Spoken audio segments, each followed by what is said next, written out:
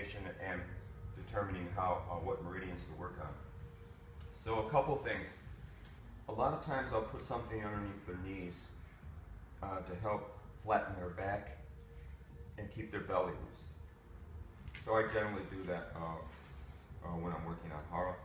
Also too, some little pillow underneath their head to encourage a little tuck of their chin so they have nice posterior extension through their cervicals. So this is nice. And like I said, we're working with the person's breath, and we're also working with a sense of respect in the area because of the vulnerability. Okay. And a good way of doing that, like I said, through our intention and our natural energy we bring to the session is how we utilize their breath, and to establish that they're in control of the session and we work with their breath. So we do the palpation coming in on the exhale, following the exhale into the body. So the inhale and the stomach naturally rises because of the diaphragm filling.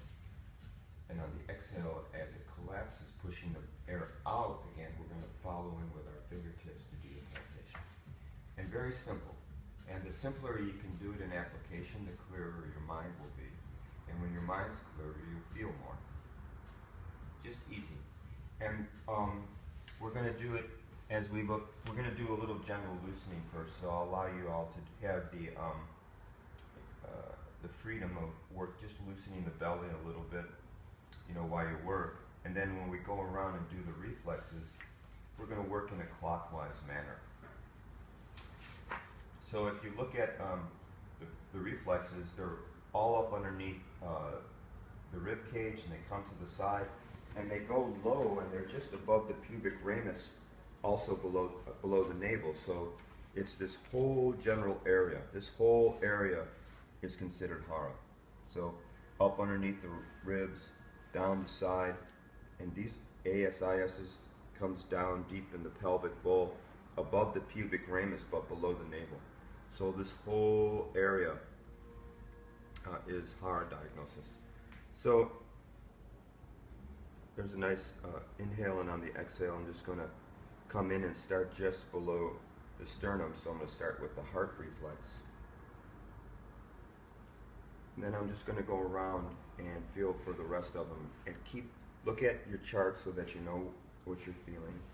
And we're just feeling some deviation from what would be normal. And again, normal would be just a slight softness on the surface, and then as we sink in, pretty quickly you'll feel some nice underlying stability or firmness. That's normal.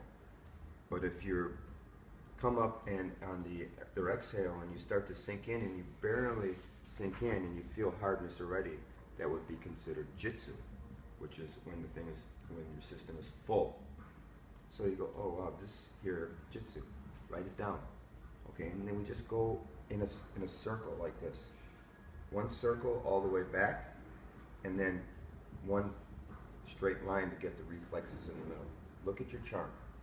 See how you can go in a circle, a clockwise circle, and then right up through the center to get all the reflexes. So very simple. I would recommend maybe a little either palpating like this, fingertips over fingertips, or if you're using one hand, just keep this other hand in contact with the person. Okay? And then just work. Nice and easy. Okay? So again, the exercise is to write down anything deviation from the norm, and then look up that particular meridian using your charts. Go to that portion of the body and stretch that meridian as best as you can, and thumb the meridian as best as you can, and then find the one tsubo on the meridian, which is the source point, and that's clearly located and labeled in your manual. Okay? All right, so let's do that much. Okay?